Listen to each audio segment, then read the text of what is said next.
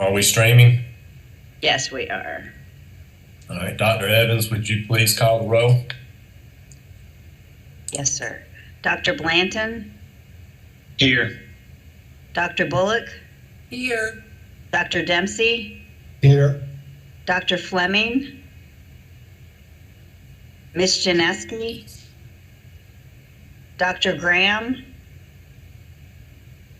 Dr. Houston?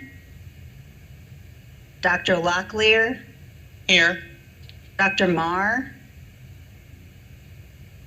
Dr. Miller? Here. Dr. Penfield? Here. Superintendent Truitt? Ms. Floyd? Dr. Holland? Here. Dr. Weddington? Here. Dr. Wood? Here. Mr. Smith? Here. Mr. Patton? Here. We have quorum. Thank you, Dr. Evans. Good morning, ladies and gentlemen, and welcome commission members, advisors, staff, and on-site visitors and online listeners to the November 18th, 2021 monthly meeting of the North Carolina Professional Educator Preparation and Standards Commission. This commission develops and recommends to the State Board of Education rules related to all aspects of educator preparation programs and licensure. My name is Patrick Miller, and I am the chairman of the Professional Educator Preparation and Standards Commission, and I call this meeting to order. Our agenda and materials are available online through the DPI website, www.ncpublicschools.org, on the SBE meetings link. The meeting is also audio streamed through a link located at the bottom of the eBoard agenda. I will now read the ethics statement that is required of us. Commission members are reminded that it is our duty to avoid conflicts of interest and the appearance of conflicts of interest as we handle the work of this commission. Does any member of the commission know of any conflict of interest or any appearance of conflict with respect to any matters coming before us at this meeting? If so, please state them for the record. If during the course of the meeting you become aware of an actual or apparent conflict of interest, please bring the matter to the attention of the chair. It will then be your duty to abstain from participating in discussion on the matter and from voting on the matter. Commission members, you've had an opportunity to review the proposed agenda for today's meeting. Do I have a motion to approve the agenda for the November 18, 2021 meeting? So moved, Van. Thank you, Van. We have a motion. Do we have a second? Second, Connie. Thank you, Connie. We have a motion and a second to approve the agenda for today's meeting. Is there any further discussion? Hearing none, those in favor of approval, please say aye. Aye. Aye. Are there any opposed? Motion is approved. Thank you. The minutes from our previous commission meeting on October 14th, 2021 have been prepared and made available to you. Do I have a motion to approve the minutes? Motion approved, Wesley. Second. Thank you, Wesley. We have a motion and a second. Thank you, Van. To approve the minutes from October 14th, 2021. Any further discussion? Hearing none, those in favor of approval, please say aye. Aye. Aye. Any opposed? Motion carries. Thank you. Next, Dr. Tom Tomberlin will present the NCDPI and State Board updates. Dr. Tomberlin. Morning. Thank you, Chairman Miller. Good morning to all PEPC members. It's nice to be here today, and I'm happy to talk about, give you updates from the previous State Board of Education meeting. So let's begin with an initiative that the department is going to be involved in, and that is advancing inclusive principal leadership. And this is in partnership with CCSSO, the Council of Chief State School Officers. And so this work is meant to address preparation and licensing for principals to promote a more inclusive role from principals. So the policy connection here is related to the State Board of Education's strategic plan, eliminate opportunity gaps by 2025, and goal 2, improve school and district performance by 2025.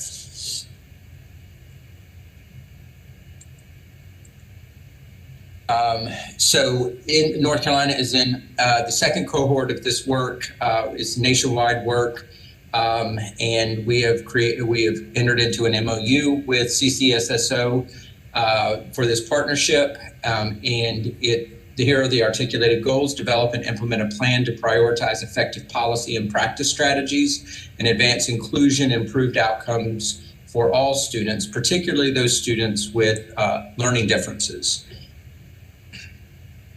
So this does have a strong exceptional children's component to it, as well as diversity in terms of race and gender. Develop tools to the program requirements. North Carolina has to develop tools to support, or the CCSSO will develop tools to support North Carolina with its initial analysis of current school leadership policy and data.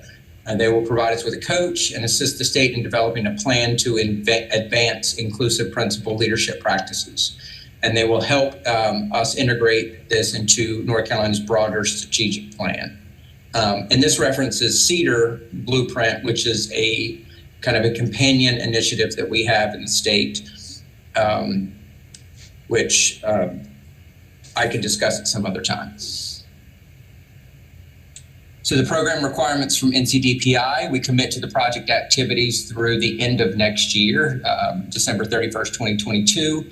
Assemble a core state team for leading, executing work, and advancing goals. Designate senior leadership as team leads, and develop stakeholder team feedback on plan and piloting implementing work.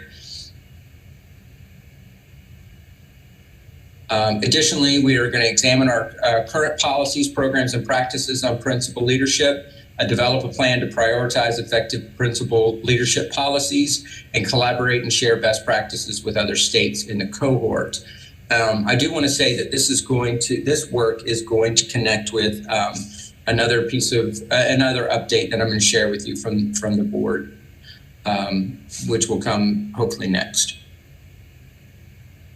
So the state team members from NCDPI, myself and Ms. Sherry Thomas, the Director of Exceptional Children Division, will be co-leading this work with Jabari Wallace and Dr. Edmonds,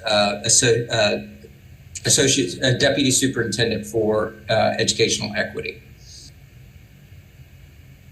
We have state team partners. These are our external partners: Dr. William Wright from Hertford County, Ms. Keisa Clemens from Newton Conover City Schools, our 2020 Principal of the Year; Dr. Will Chavis from Wake County Schools; Dr. Eddie Price from the UNC system, who leads the North Carolina Principal Fellows Program and the TP3 programs; and then Dr. Laura Bilbro-Berry of the UNC system. She's the Executive Director over Educator Prep and Lab Schools for the university system. So we had a convening back in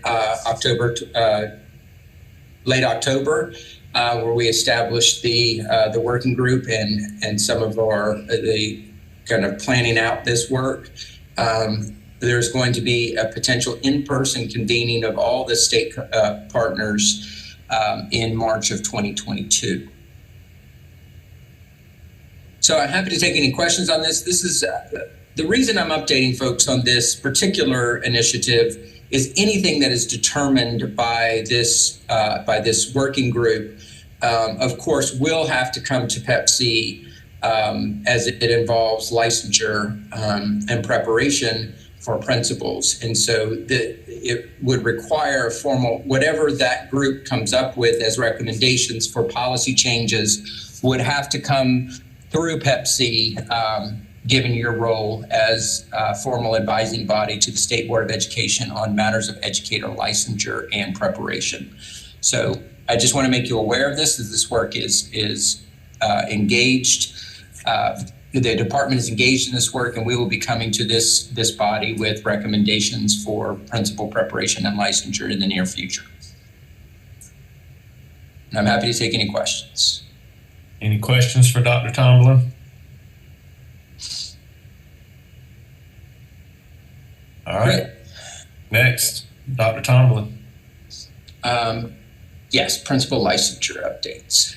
So at the last board meeting, I discussed some issues that we've uncovered with principal licensure, and specifically in certain areas where our state practices, our licensing practices, are not in alignment with statute. And so I want to make sure all PEPC members are aware of where we are with this, what the solution is, and what the plan moving forward is. So this goes back to General Statute 115C284, which contains the requirements for principal preparation and licensure.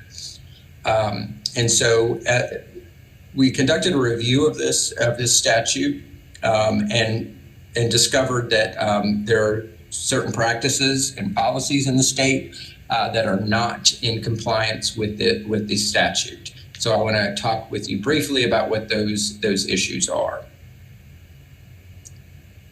So first, according to the statute, to qualify for certification as a school administrator, an individual must, and there are a list of requirements, one of which is pass the exam adopted by the State Board of Education. The principal exam, licensure exam, was actually removed in August of 2011. So this is an area of non-compliance by the state. We have to have a licensure exam for principals, and so we need to address this.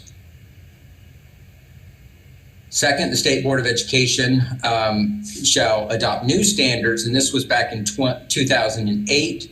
For school administrator preparation programs, the new standards shall require all candidates to complete a year-long internship. NCDPI, the State Board of Education does not have any policy defining what a year-long internship, and so kind of a survey of our principal prep programs out there have revealed that some folks interpret this as 5 months, some do a full 10 months, and some do hours. Some have internships where currently practicing teachers do internship time before or after the regular school day. And so there isn't consistency in either the length of time of that internship or the hourly equivalent to that year-long internship. So this is policy that needs to be developed, and we don't have a sense that all programs require this internship and that they require it on a consistent basis. Next, a classroom teacher must have attained at least the second level of differentiation, have at least 4 years of classroom teaching experience, and possess at least a master's degree in education administration. So we have a great number of principals, folks being licensed as principals who did not convert their teaching license, the base teaching license, to a continuing professional license. And that's how we're interpreting this phrase, second level of differentiation. And they do not have 4 years of classroom teaching experience. And many do not possess a master's degree in education administration. So these are all these requirements have to be spelled out in policy. I do need to point out that it is the opinion of our legal department that the way this language is constructed, classroom teaching, that is to the exclusion of instructional support personnel. So folks who exclusively work as school counselors or school social workers or any other school instructional support personnel would not qualify for the principal license. It has to be an academic teaching area. So this is just our explanation of this second level of differentiation, where in the statutes that reference the first level and then the second level of differentiation for a teaching license. And that is how we're construing that to mean continuing professional license, or a CPL. So as a result of this, we requested a waiver from these current policies. And that waiver was passed a couple of months ago. And I want to just review with everyone here what the waiver covered. So these are for people who were licensed from 2010-11 to the 2020-21 school year. So anybody licensed before July 1st, 2021 shall be deemed to have met the requirements for the license, and all future renewals of that license are covered, even if they're deficient in the following 5 areas: the exam, the year-long internship, the classroom teaching experience, the requirement that an individual hold an MSA, or that the individual have a master's, as long as that individual had a master's and they were doing a postmaster certificate, and then the second level of differentiation required in statute. So that waived those folks. So all your sitting principals that were licensed between 2010 and July 1st, 2021, they are granted this waiver, and their licenses are valid, and they will continue to be valid through future renewals. The next section deals with folks who were licensed on or after July 1st, 2021. The following requirements are waived: the exam, the year-long internship, the classroom teaching experience, the requirement to hold a master's degree in administration, and the second level of differentiation. So those folks are waived as well, with some condition. And the next slide is the conditions under which those folks are waived. Provided that the applicant, completed at least one course as part of a master's degree or postmaster's degree certificate for school administrator preparation. If they completed one course prior to August 31st, 2022, then that waiver applies to that individual. The individual completed a master's degree program from an approved EPP. So anybody that completed one and is applying after July 1st, 2021, they're waived. And then the individual meets all licensure requirements in state law, rule, or policy not otherwise waived by this section. So if there are other rules out there that were not identified in this waiver, that person has to meet those requirements as condition of the waiver. So our next steps here, we need to gather feedback from the field. For example, in CACTI and Teacher Recruitment and Retention Task Force on this issue. We need to work with the PEPC to provide formal recommendations to the State Board of Education, and then the State Board of Education will consider those recommendations, with the goal to possibly revising the statute 284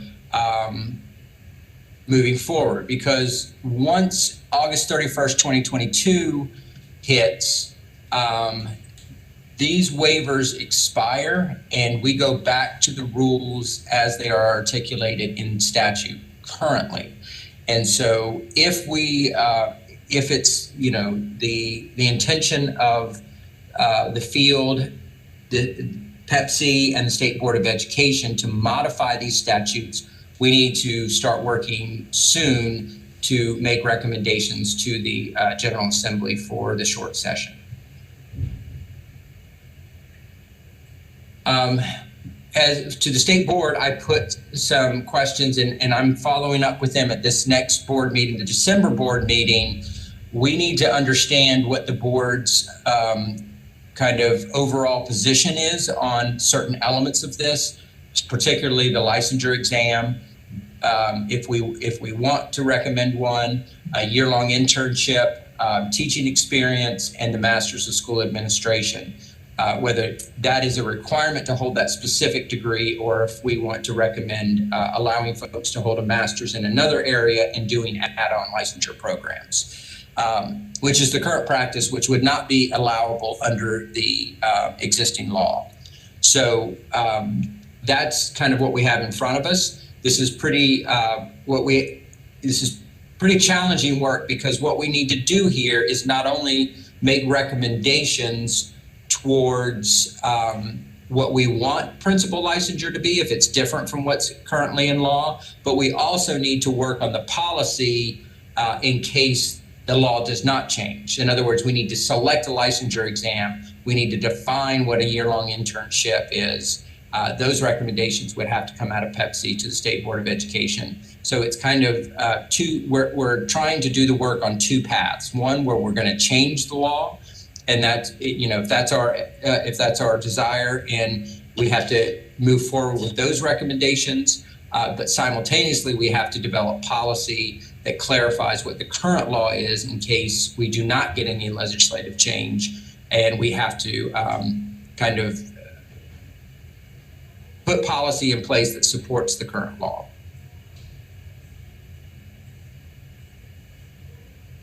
And I realize I threw a whole lot at you right there.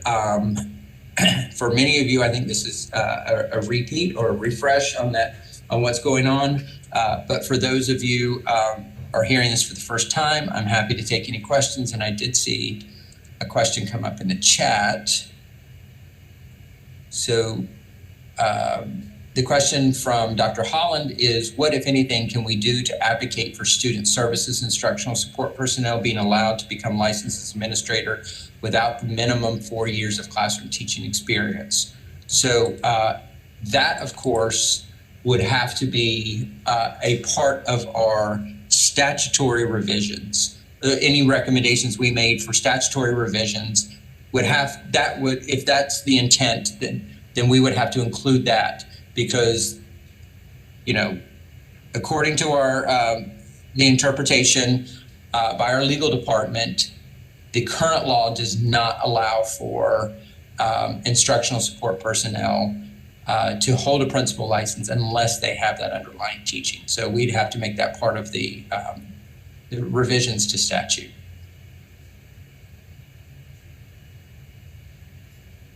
Other questions for Dr. Tomlin?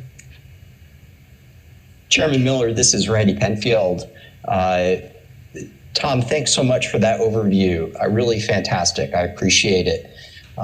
My question is, what process would PEPC use to move forward with recommendations, gathering input, coming to a consensus on recommendations to move forward? So generally the way we do this, because this involves both preparation and licensure and ultimately employment, so Dr. Seiberg and I both have kind of informal advisory groups, and that's what I referred to earlier. Dr. Seiberg works with ENCACTI, so we want to hear from the educator prep side of this, get a really strong understanding from the field about what they would like to see in terms of educator preparation and licensure requirements. And then I will concurrently work with a group that I work with called the Teacher Recruitment and Retention Task Force. And that's made up of HR directors and superintendents from all 8 educational regions in the state, and seeing what the field's concerns and desires are in this regard. Then we collect that information to bring it back to PEPC. So you've got field-based input into these decisions, but PEPC is the body that makes the formal recommendation to the State Board of Education. So you're going to take all that information we hand you, synthesize it, and come up with your best recommendation to the State Board for both statutory changes and or policy recommendations should the General Assembly decline to take up any statutory revisions to this 284. Thanks, Tom. So as a member of PEPC, if I'm receiving information from different individuals on this topic, what I'm hearing from you is that the vehicles I can use to convey that information through the proper channels would be to go to ENCACTI, for example. Can I also disseminate it directly to you or Chairman Miller? Yes, you can. Okay, thank you. Other questions for Dr. Tomlin?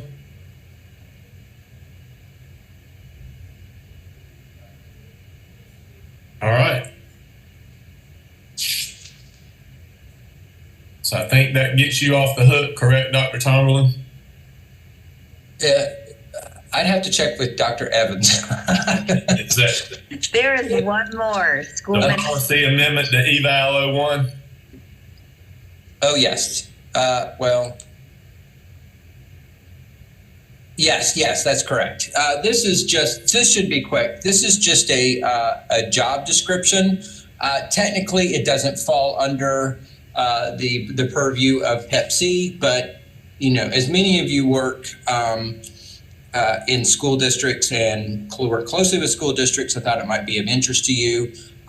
We have created, so as you all know, we've got license areas in schools for school psychologists and school social workers. And those folks are able to, those licenses allow those folks to do some, provide some therapeutic services or clinical services to students. But those roles are not specifically designed for that kind of counseling. Counseling is not the word I want to use. These are actually therapeutic treatment services that students need that are not traditionally provided by either one of those license area roles. So we've created what we call a non-licensure job description and a job classification for school mental health clinician that allows any folks with any license in the state of North Carolina, an occupational license, not a state board of education license, but with these occupational licenses that allow the holder to provide therapeutic services to individuals. We've created this job description and allow them to be paid kind of off the teacher salary schedule because they're not licensed by the state of North Carolina. So we've identified those licenses and we've set a salary grade. This is largely driven by the need in the districts to hire these staff and have a state job description and a salary grade set for them. In our discussions with some of the districts that were requesting this, we set the salary grade at 71, which basically positions these folks equivalent to about the 10th year of a school psychologist or a school social worker salary range. That has been a point of pushback from some of our professional organizations that these classified staff are making a salary greater than what a lot of our licensed folks are making, and that issue was raised by the board and addressed by the board. I'm not sure how this is going to play out. The other side of this argument is, given the state of the economy and what folks are calling the Great Resignation, it's increasingly difficult to attract employees to our school systems, and so this salary range is reflective of that. And these are largely time-limited positions in that LEAs are using federal dollars, ESSER funds, to support these positions, and it's somewhat different from our regularly licensed personnel, the school psychologists and the school social workers. So that's where this stands right now. Is coming back to the board for approval next month. I'm not sure whether the board is going to recommend or request that we lower that salary grade or keep it consistent, but we'll let you know what happens with that. And I'm happy to take any questions on that. And Dr. Evans, we have a copy of that job description in case any of the participants want to view it. Yes, that is on the agenda. Great. Any questions for Dr. Tomlin?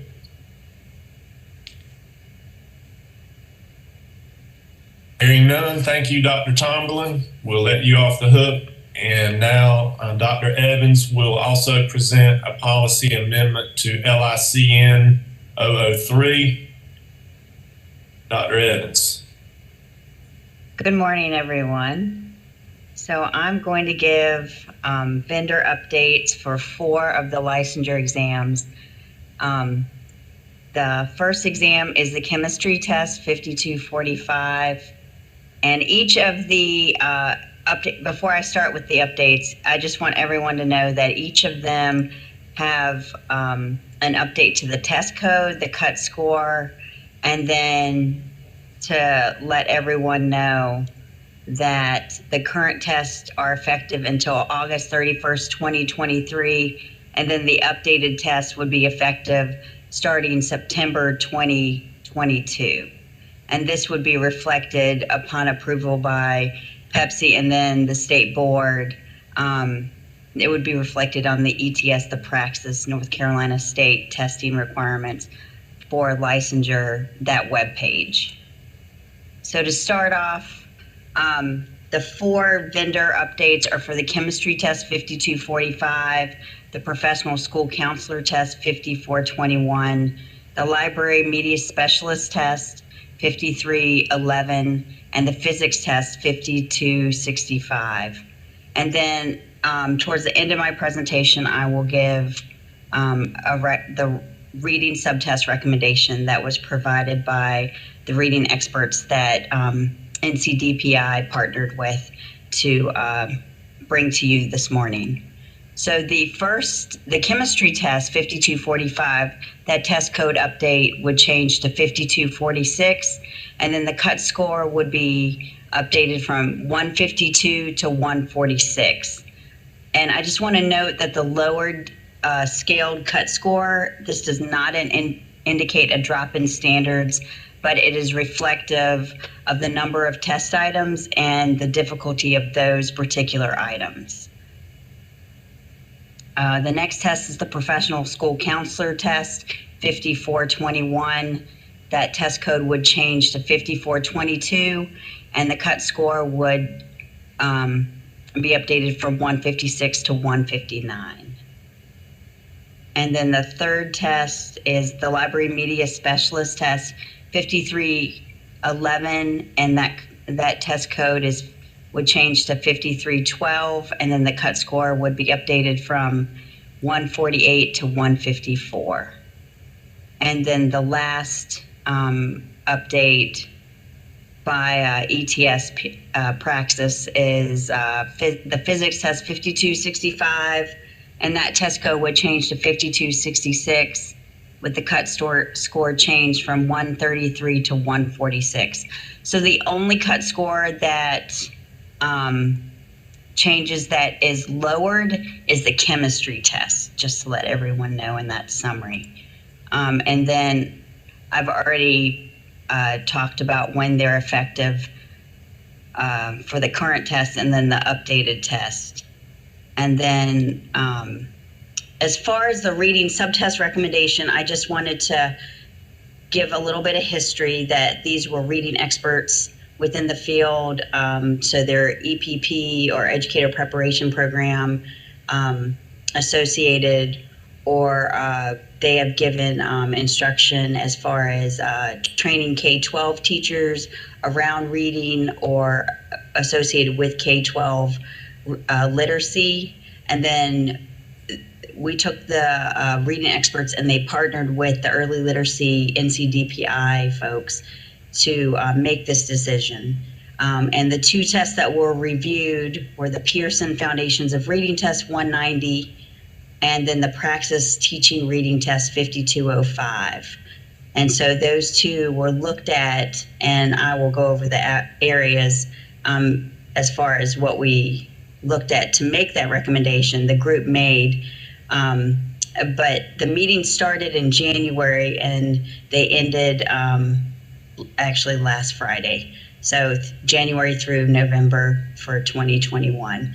And the group decided to look at the pass rates, including how they were disaggregated by race and ethnicity, the content, particularly around how it aligned with the science of reading, the format of the test, the time element to complete the test, and then how it aligned with the North Carolina reading initiatives that have been so important to the state, particularly for the State Board of Education.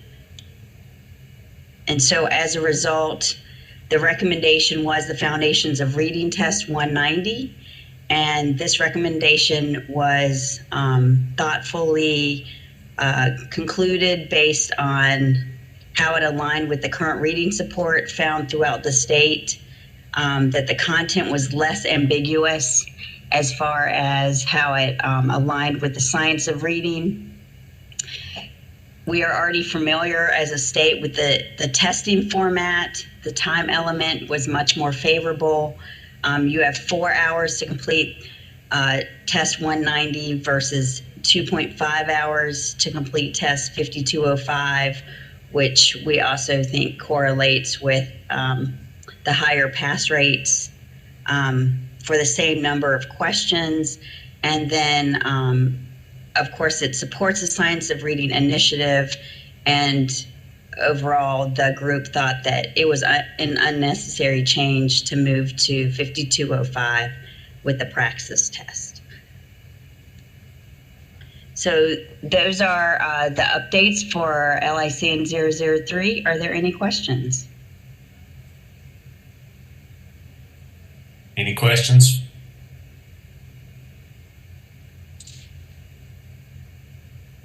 Hearing none, do I have a motion to approve the policy amendment to LICN-003, the licensure testing updates on chemistry test 5246, the school librarian test 5311, school counselor test 5421, and foundations of reading test 190 as the reading subtest recommendation to be sent to the state board for discussion in December 2021?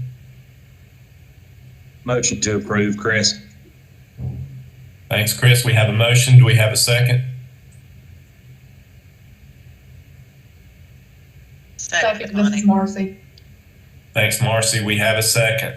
So we have a motion and a second to approve these policy amendments. Is there any further questions or discussion? Hearing none, those in favor of approval, please say aye. Aye. Aye. Aye. Are there any opposed?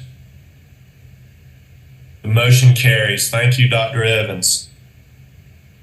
Now the co-chairs for the 4 subcommittees will provide an update on their work, and we'll start with preparation and entry, Dr. Dempsey and Dr. Weddington. Thank you, Chairman Miller. I will share the report on behalf of Hank and myself. Our committee has been working through some structural transitions in terms of how we're approaching the work of preparation and entry, and we've had a lot of great conversations on the relationship between credentials a person might have at a different licensure area as opposed to the competencies they can exhibit depending on which licensure area they're in the pathway. That conversation over a few meetings brought us to a discussion of professional knowledge, skills, and dispositions in a way that landed in task as the language that gave us the best framework for how to think consistently across the different entry points into the profession. And so at our last meeting, we started to look at how we could use in-task as the scaffolding for what happens at the different entry points and what's expected of people who come in, enter the profession at those entry points in terms of their competencies. Where can they go in schools and classrooms and do?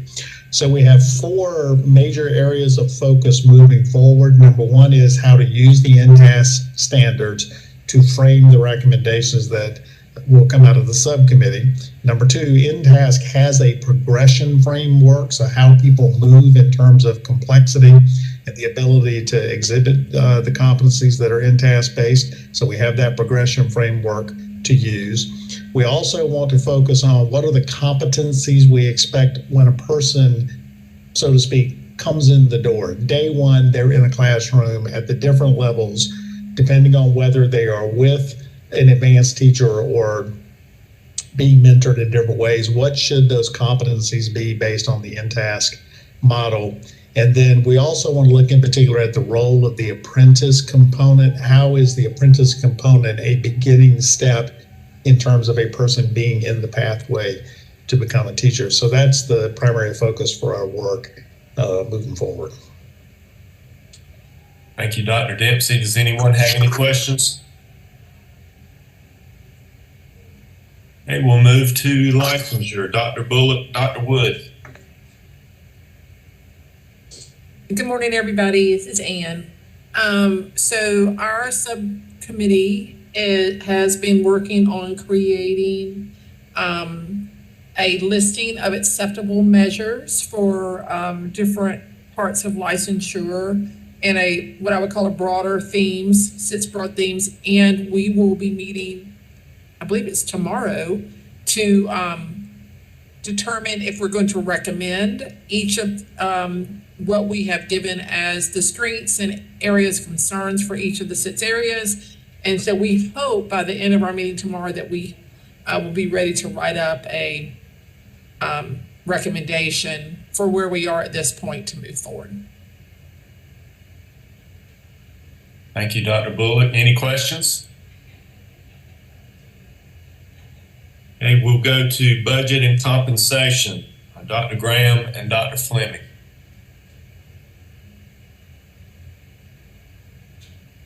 Good morning. I guess I'll give the report on behalf of myself and Dr. Fleming. Our committee has been working extremely hard on a very difficult and convoluted topic, and we've been going at it for quite some time, but we are beginning to see the light at the end of the tunnel, I believe. The group has reached minimum salary levels for each of the license levels, so we've been able to articulate what those minimum amounts would be. And we have also worked to identify an amount for the professional advancement accounts. We'll have conversation about that amount later this afternoon during our meeting. We did not, as a group, come to a consensus as of yet, but I believe we will do so this afternoon during our conversation. So we are making some progress there. Our next order of business will be the hold harmless provisions. We've got to spend some time this afternoon really thinking through the duration of the renewal period and how we integrate out-of-state teachers and things of that nature. So we've got some more work ahead of us, but getting to the point of articulating those minimum salary levels took a great deal of time, analysis. So we feel pretty good about what we have to recommend that we will bring back to this group in short order here for your input and feedback as well. Dr. Fleming, did I miss anything, sir? You did not. You did a fine job, and I just signed on. We just completed our school board meeting, so I apologize for being late, and thank you for giving a report. And it's very comprehensive. Thank you. Thank you, sir. Right. All right, we'll move to advancement and development. Ms. Maureen Stover has joined us to give us that update. Good morning, everyone. So I am here on behalf of myself and Dr. Maher to report on the Advancement and Development Committee update. So we, over the past couple of months, have really been working hard to develop a solid and comprehensive list of competencies that would be the skills and requirements for teachers at each level of the licensure process. In last month, we actually met on Monday for our November meeting, and we took the competency list that we had been building for each one of those licensure levels, and we then looked at ways that we could categorize those into strands or buckets of skills that we felt would be kind of the major categories or buckets that teachers would need to be competent in at each one of the levels.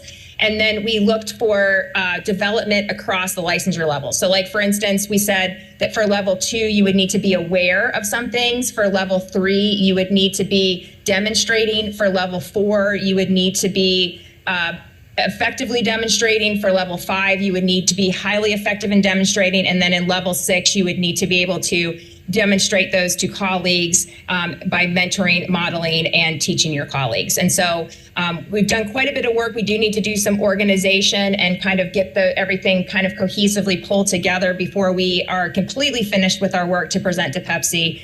But I feel we have really done some great movement, and the Advancement and Development Committee has really pulled together and come up with some really fantastic work and fantastic competencies that I think are comprehensive and will really inform what teachers need to be able to do at each one of those levels to truly serve the kids in our classrooms and ensure they're getting the education that they deserve and are entitled to. Did anyone have any questions?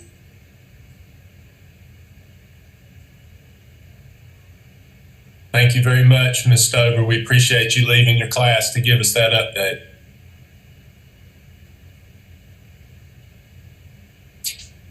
All right, thank you to the co-chairs for agreeing to serve as leaders for each subcommittee and for the updates today. And thank you, commission members, advisors, and staff for your preparation for today's discussions. I would remind commission members that our next monthly meeting is Thursday, December the 9th, starting at 9:00 a.m. We have now completed the business associated with our meeting today, and unless there's additional business, I would ask for a motion to adjourn. So moved, Connie. Thank you, Connie. Do we have a second? Seconded, Van. Thank you. We have a motion and second to adjourn. All in favor of adjournment, please say aye. Aye. Aye. Aye. We are adjourned. Thank you, everyone. See you on December 9th.